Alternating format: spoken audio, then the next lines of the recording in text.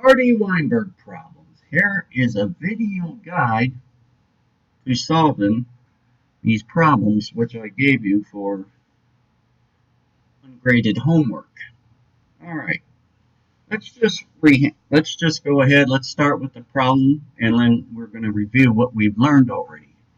Here we have a typical situation in which we've sampled a population. All right, we've sampled a population, and we know that, and what's given is that the percentage of the homozygous recessive genotype is 36%. All right, they've given us so, and using that 36%, they want us to calculate the frequency of the homozygous recessive, the frequency of the recessive allele, the dominant allele, and the homozygous dominants and the heterozygotes. Then the frequencies of the two possible phenotypes, the dominant over the recessive. All right. Well, let's remember what we've learned. Let's review real quick. So, the Hardy-Weinberg equation is simply p squared plus 2pq plus 2 squared adds up to 1. So, what this is telling you, p squared represents represent the big A's in this problem. 2pq is going to represent the heterozygotes in this problem, and q squared represents the homozygous recessives in this problem. All right. So this equation, this form of the equation gives us the genotype frequencies. Now, for the allele frequencies, we use P, which represents the dominant allele, that would be big A, plus Q, which would be the frequency of the recessive allele. And that's going to also add up to 1. All right. So what we've been given is we've been given 36%. Let's just express that 36% as a decimal. So the frequency of the homozygous recessive would be 0.36, because I just take the percent and divide it by 100, and I get 0.36. All right, so that's q squared. So q squared is equal to 0.36. Now, this works because we can see these, we can count these. So, by q squared, we can get we can get p by taking the square root. So the frequency of the recessive allele, we have to take the square root of q squared. So q is equal to the square root of 0.36. Always do this on a calculator,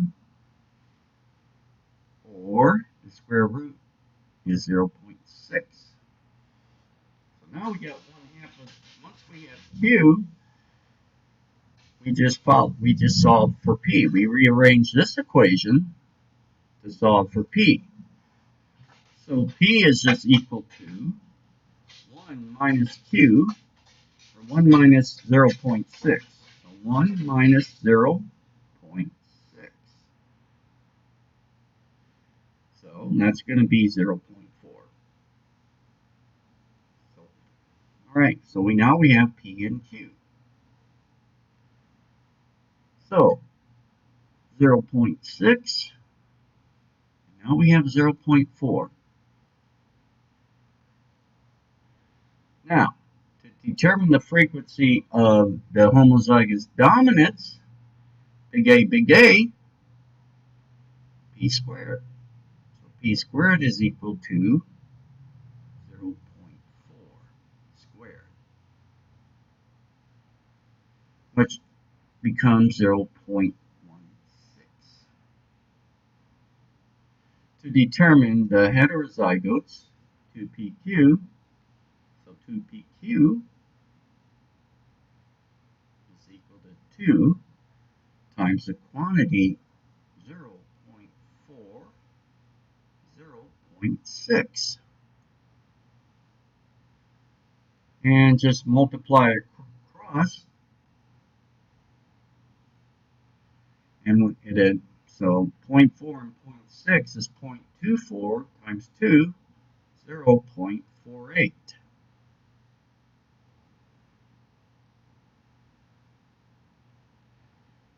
And at which point, and if we were to add up these three, the 0.16 and the 0.48 and the 0.36, if you were to add those three numbers, sum them up, you would get 1. Now, what are the frequencies of the two possible phenotypes? They're talking about the dominant over the recessive. We already know the frequency of the homozygous recessive is 0.36. So we know that. Now, the dominant phenotype, to get the dominant phenotype, we have to add these two frequencies together.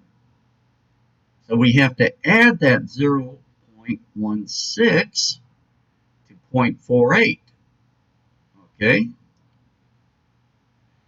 And that gives you 0.64. 0.64. So 0.64 and 0.36, that also adds up to 1.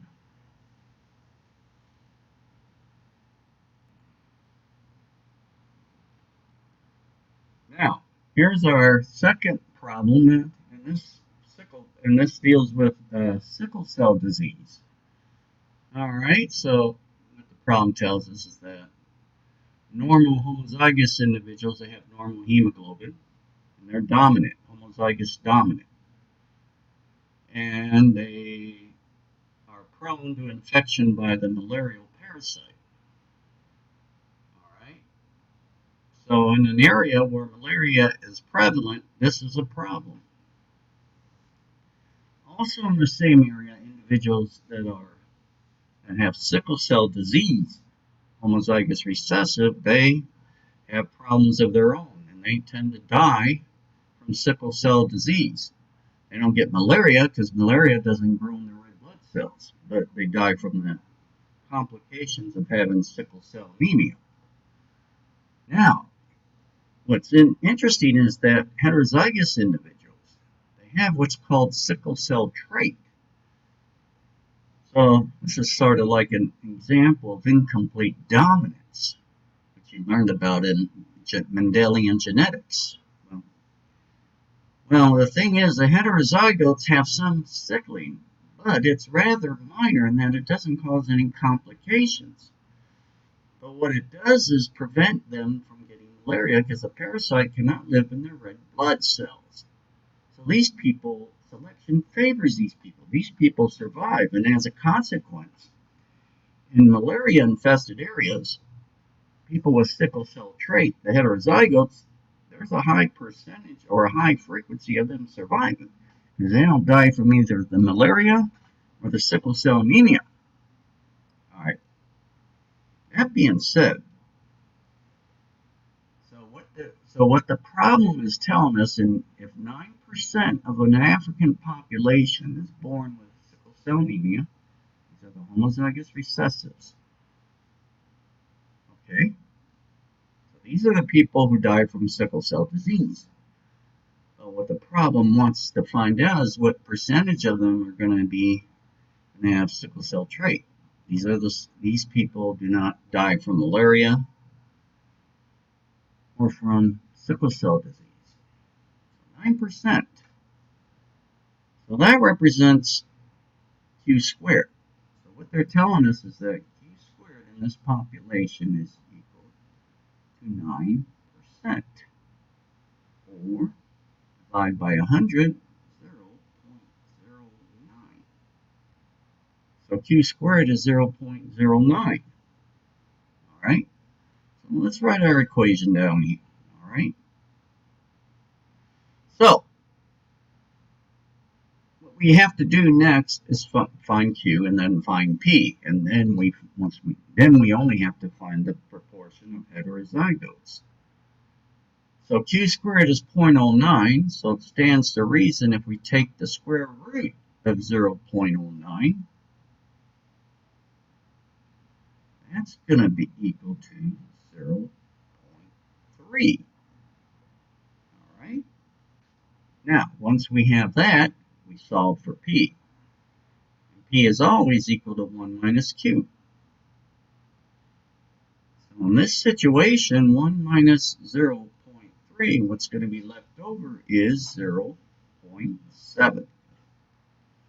All right, so now we have P and Q. So, to find the frequency of heterozygotes, we just use this part of the theorem, 2PQ. 2PQ is equal to 2 times the quantity, 0.7 times 0.3. And that's going to be equal to 0.42 is our frequency.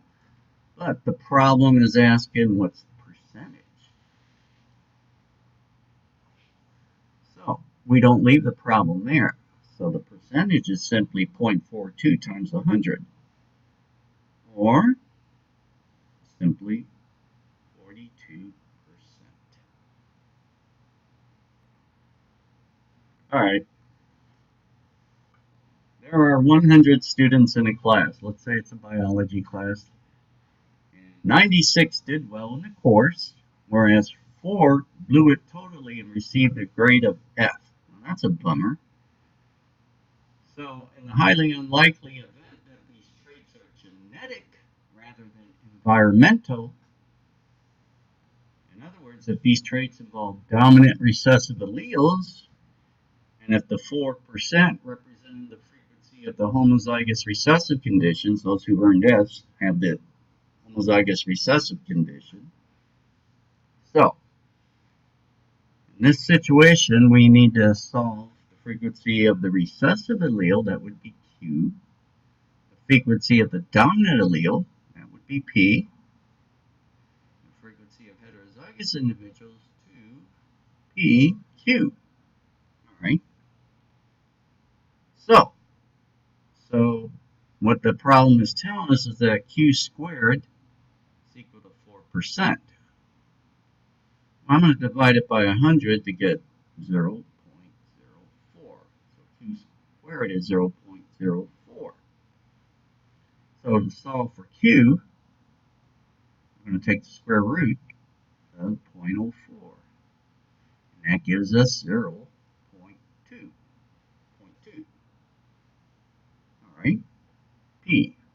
So to solve for P, that's equal to 1 minus Q, which is equal to 1 minus 0.2, which is equal to 0.8. P is 0.8, Q is 0.2. And remember, P plus Q adds up to 1. Now, we only have to use part of the main Hardy-Weinberg equilibrium equation, just the 2PQ, because that represents heterozygotes. So, 2 times the quantity, 0.8.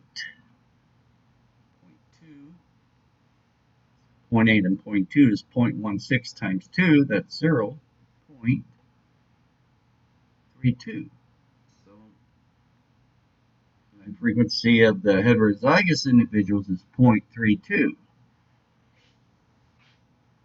And if we really wanted to find out how many of the 100 students, we could multiply 100 by that. And we find out that 32 of them would be heterozygous, but the problem didn't ask for that. Here's problem 5. This is an interesting problem. A rather large population of biology instructors have 396 red-sided individuals and 557 tan-sided individuals. Assume that red is totally recessive. Please calculate the following. Alright, so we're being asked to find the allele frequencies of each allele. In other words, we're being asked to find P and Q. We're being asked to find the expected G phenotype frequencies. It's p squared, 2p2, and q squared. And the number of heterozygous individuals that you would predict to be in this population. And then the expected phenotype frequencies. In other words, how many are going to be tan-sided? We already know how many are going to, and the frequency of the tan-sided. And we got to calculate the frequency of the red-sided. All right. So let's just work on A, B, C, and D first. Let's not worry about E. E is conditions happen to be good this year for breeding, and next year, well, let's not worry about that. Okay, let's just forget about, we'll do part E, but let's just let's just start with part A first, and we'll work our way down. All right. So the first thing, this problem is a little different, in which we're going to have to figure out the total. First thing we got to do is figure out the total size of the population. Once we know the size of the population, then we can figure out our frequencies. So this population has 557 individuals that are tan-sided, and then 396 red-sided. So we need to have a total here. Total population. Well, add these together. 7 and 6 will give you 13. Carry the 1. 9 and 5 is 14, and 1 is 15. Okay. Carry the 1 again. 5 and 3 is 8, and 1 is 9. So our population is 953 individuals total. Okay. Once we have that, we can go ahead and start calculating frequencies. Well, the only thing we can do first is find q squared. That's the first thing we have to do. Is find q squared. Now, q squared is the proportion, is the red-sided individuals, okay, because that's totally recessive. So to find the frequency, it's 396 over 953. So we're going to have to do some addition here. So get out your calculator. It's okay to use calculator. I'd rather use a calculator. All right, so let me punch this in.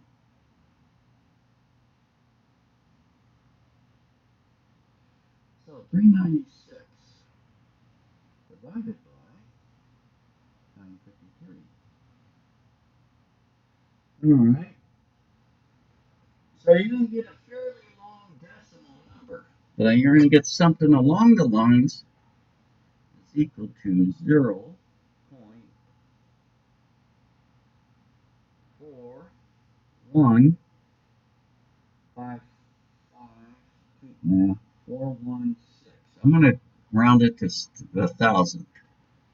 Or you can round it to the nearest hundredth, which would be 0.42. All right, so that's q squared. So q squared is 0.42. So let's find q. Q would be the square root of that, 0.42. So back to the calculator. Find the square root of that.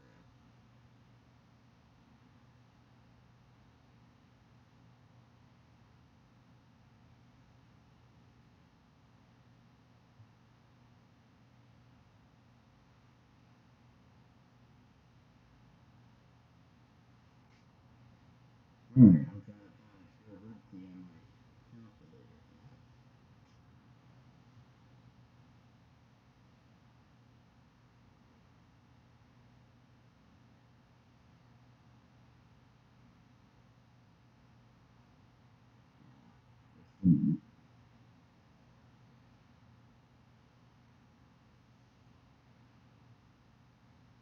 So square root would be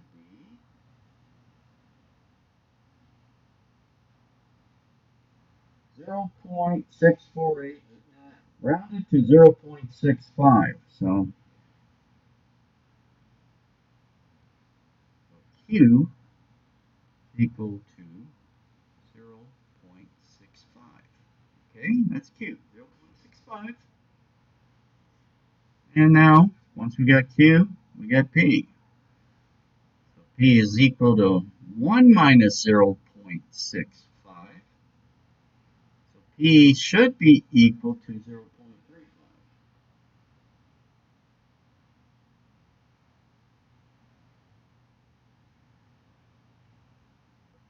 So P should be 0.35.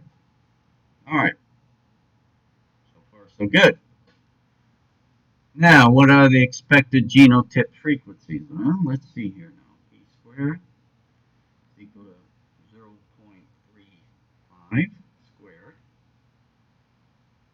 That's going to be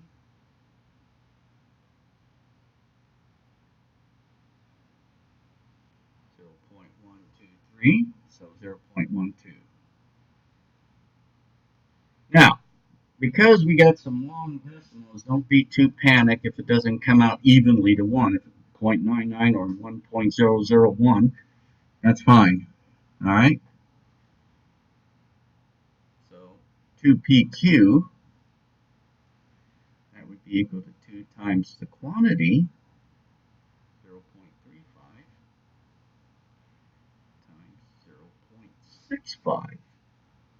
That will give us a frequency of,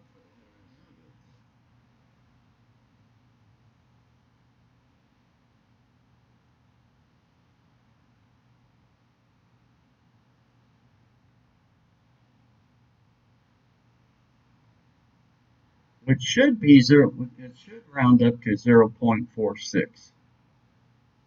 Okay?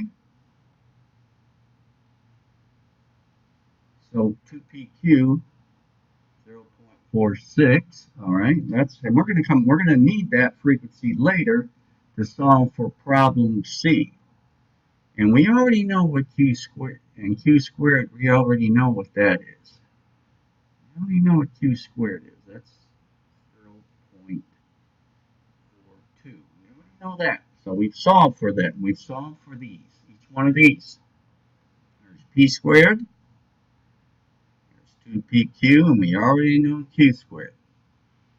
So the expected phenotype frequencies, well, for the dominant, that would be, we would add up the p squared to the 2pq. That's what we would do.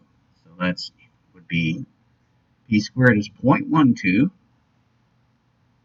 plus what's 2pq, 0.46, equals 0.78. Okay?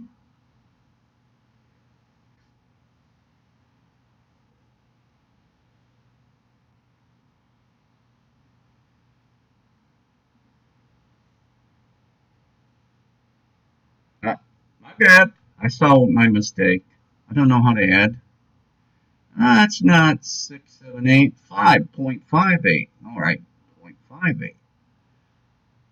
Not bad. It's 0.58. Yeah, 6 and 2 is 8, 4 and 1. Yeah. My bad. Sorry. What was I thinking? Okay, 0.58 and 0.42 do add up to 1. All right, so expected phenotypes 0.58 would be dominant and 0.42 would be recessive. And if you add those two together, you're going to get 1. Okay? Don't let my flood throw you off. All right. Now, the next generation, we got a bigger population, 1,245 young potential biology instructors. Okay, assuming that all the Hardy-Weinberg conditions are met. How many of these would you expect to be red-sided and how many tan-sided? Well, Hardy. Well, red-sided, we would just take 1,245 and multiply that by 0.42.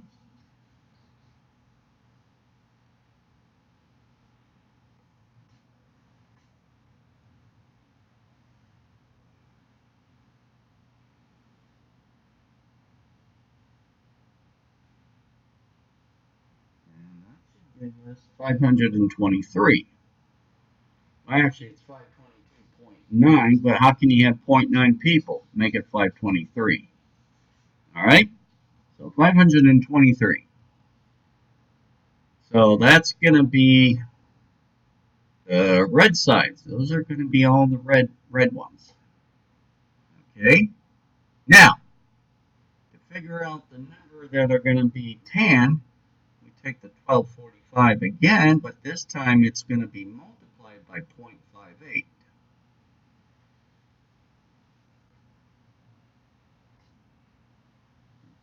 so 1245 times 0.58 gives you 722.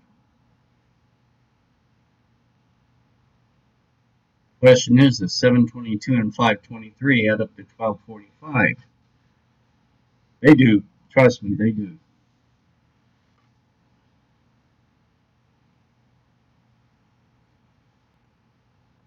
All right, here's our problem number 6. All right, a very large population of randomly mating lab mice contains 35% white mice. All right, so white mice that's double recessive. So that's the recessive phenotype. So it's asking you to calculate allelic and genotypic frequency. So in other words, we got to find P, my bad,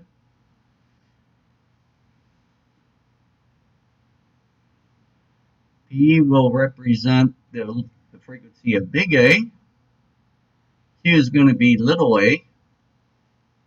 So the genotype frequencies, P squared will be big A, 2PQ is going to be big A, little a. Q squared is going to be little a. All right. So now with that in mind, let's find, first thing we're going to have to do, we got 35% or 0.35. So what's that's telling us, they gave us Q squared, which is 0.35. Now, we need to find Q. Q is equal to the square root of 0.35.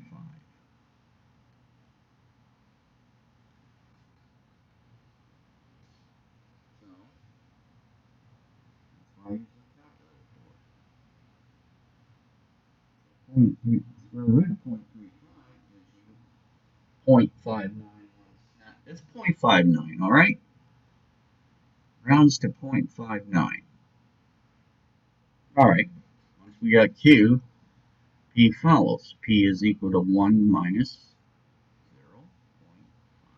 0.59. That's Q.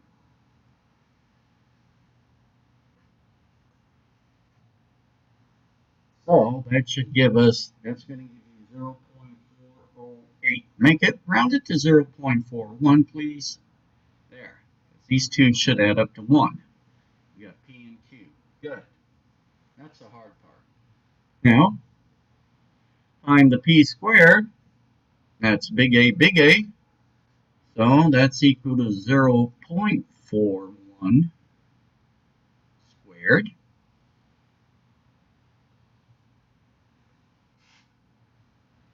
And that's going to give you 0.1681. 1681 or 0.17.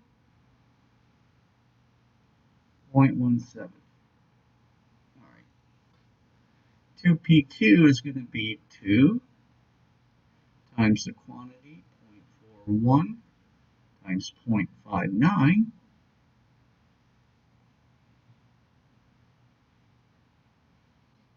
So 2 times 0.41 times 0.59.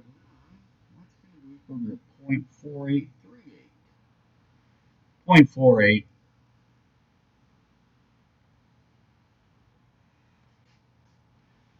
And Q squared, we should already know what we already know that. That's 0.35. So you can add, if you want to check it, can do that. Add up the p squared plus the 2pq and the q squared. I did some rounding. The answer might be off a little bit because of rounding, but let's see here now. 4, 8, oh, wait a minute. 8 plus 0.3, and it adds up to 1. Exactly. Yes. So the rounding, perfect. So no rounding error. Good. So yeah, I added these up. So 0.17, 0.48, 0.35, adds up to 1. There you go. All right, you guys graduated from Nunez College, and you guys are going on a trip around the world. Charter a Concorde plane. Then we get around the world real quick. All right. But unfortunately, you crash landed on Gilligan's Island, deserted island. And Gilligan's not there anymore. So no one finds you, and you start a new population totally isolated from the rest of the world. Two of your friends carry, or they're heterozygous, for the recessive cystic fibrosis allele. All right? So, so two of your classmates are heterozygous for the cystic fibrosis allele, which means their genotype is big C, little c. Big C means you don't have cystic fibrosis. This is complete dominance. Only homozygous recessives, two little c's, have cystic fibrosis. All right? I sort of feel. Now, this is an example of what we were talking about in class earlier about the founder effect. All right. Assuming that because what's going to happen is the frequency of this allele on Gilligan's Island is going to be much different than the one in the main population. It's going to be, shall I say, much greater. And that's one thing about the founder effect. And this is completely due to chance that these two individuals are heterozygous. All right. So, the first thing you're going to ask yourself is how big is the gene pool? Well, 20 individuals, the gene pool is 40. All right. Total size is 40. Now, what about two of the alleles are the cystic fibrosis? 2 out of 40 is equal to the same thing as 1 out of 20, or 0.05.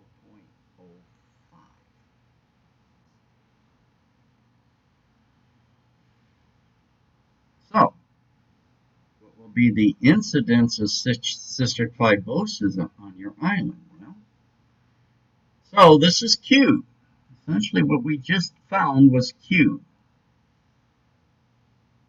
So, Q squared is equal to 0.05 squared.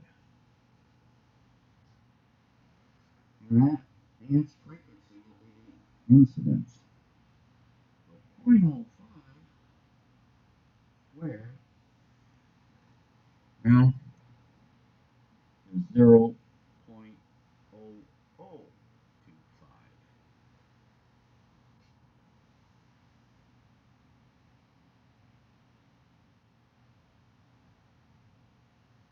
So what does that mean in plain English?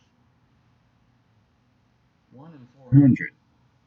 That translates into 1 out of 400 is what that translates into. The incidence in the regular population is 1 out of 2,500. So you can see,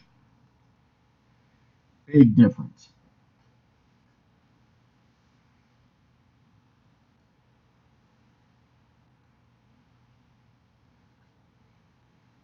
Problem 8. All right, let's read the problem here. Basically, we sampled 1,000 individuals from a large population for the MN blood group. When they type blood, there are several different blood types. It's not all about the ABO. Everybody ABO and the RH factor, which are very crucial. But a couple other ones I have to look at. One of them is there's about a bunch of blood types, but they're not all as significant as the ABO and the RH factor. But this is, but this illustrates codominance, MN, just like blood type AB, there's a blood type MN, so that's codominance. All right, all right. So in this population of 1,000, they've sort of given you the frequencies. This one's p squared. Oops, my bad. I'm silly sometimes, I know that. So this one's p squared right here. They gave you p squared. This one's 2pq. And this is q squared. So they've given you, all right, they've already given you all that. So basically, using the data provided above, calculate the following. The frequency of each allele in the population. All right, so they're asking us to find P and Q. So we got to find P and Q. All right. Well, we're given Q squared is equal to 0.09. So Q is simply equal to the square root of 0.09, which is 0.3.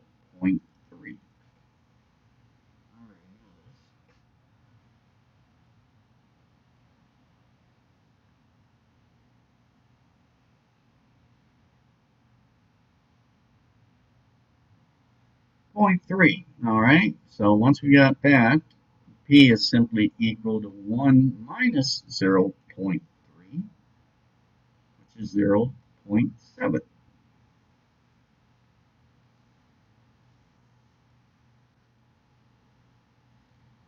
So, all right. So using the data provided above, all right, we did the frequencies. We got P and Q. Suppose the matings are random. Well, they're random mating, the frequency of the matings. All right, suppose random mating. All right. So, well, the frequency of the matings. Well, let's see. P squared would be equal to 0.7 squared, which is 0.49. See, if this population is in Hardy-Weinberg equilibrium already, it's not going to change. If it was already in equilibrium, and these were they're not going to change. It's going to be the same thing as it is here because there's no change. So 2pq is equal to 2 times the quantity 0.7 times 0.3 equals 0.42. And q squared is equal to 0.3 squared is equal to 0.09. See, the population is in equilibrium. The matings are random. They're saying it's not going to change. You're going to get the same results from generation to generation. These are the probabilities right here. Not going to change. There is no change. Here's a problem when we're talking about cystic fibrosis in the earlier problem. All right. Well, we're coming back to that here.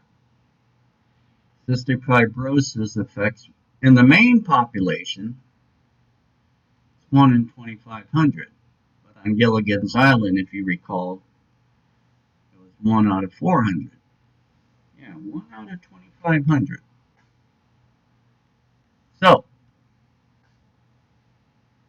we have to calculate the frequency of the recessive allele in the population, the frequency of the dominant allele in the population, and the percentage of heterozygous individuals. Well, we know Q squared is equal to 1 out of 2,500. That's what that's telling you. So that's equal to, let's get a decimal here, simply 1 over 2,500.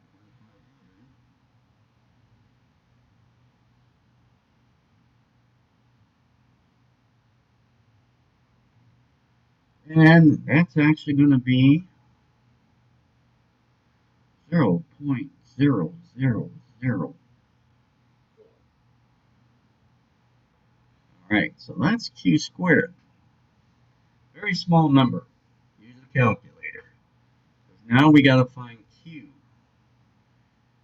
Q is equal to the square root of 0.0004. Yeah, don't forget the zeros.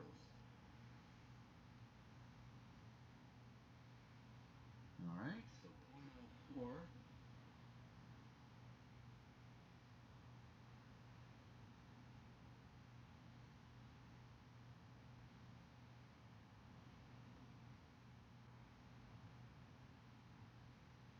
0.02.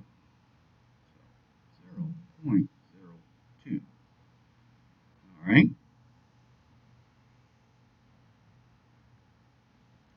Now P. So P is equal to 1 minus 0.02. 1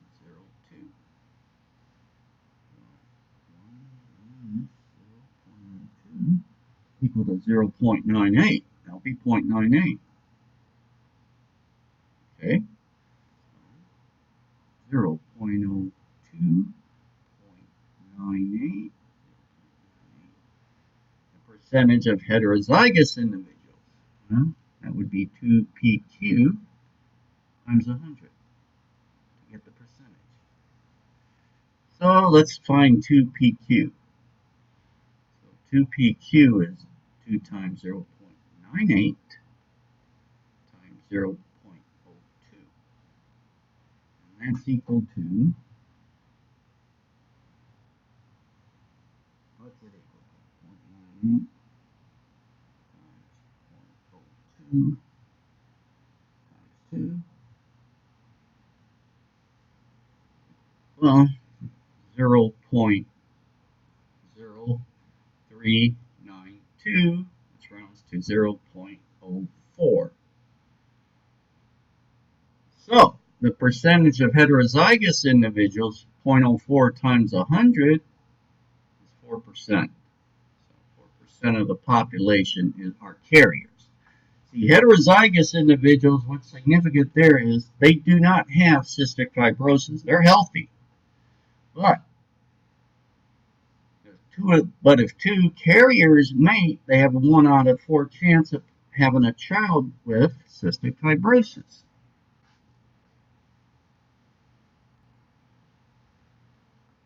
Right, in this pocket, here we have another blood typing problem. We did have blood typing with the MN. Now we're talking about the ABO. Well, this is a fairly simple problem. In this population, we have no type O's, just A and B. So we don't have to worry about type O. Yay, no type O. We can forget about them. Forget about them. They don't count. Now, in this population, we got 200 individuals. So 200 have type A,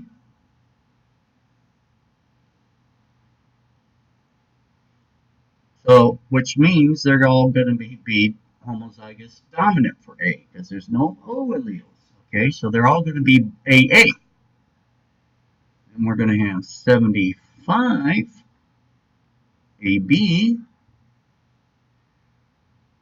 and 25 BB.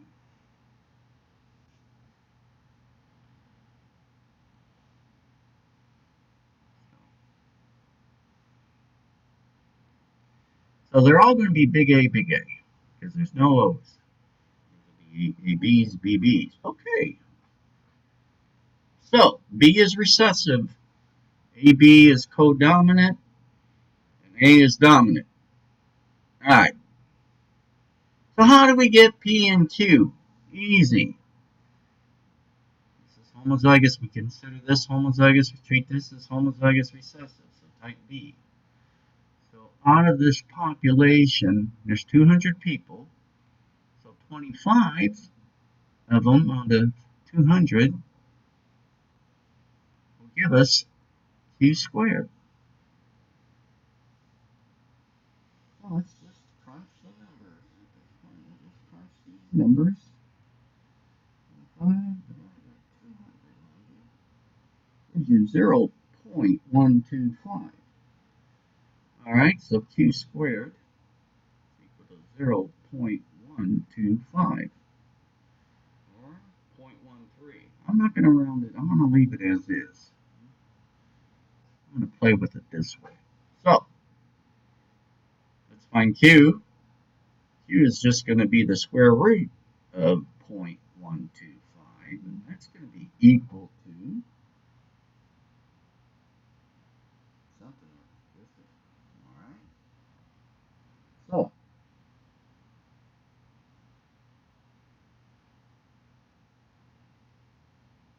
So the square root of 0.125 is equal to, well, now we get a long decimal. 0.35. Leave it at that. All right. So 0.35 is Q. So that means P is going to be equal to 1 minus 0.35 or 0.65. All right. Maybe in your mind it isn't all right, but it is all right. So P is 0.65.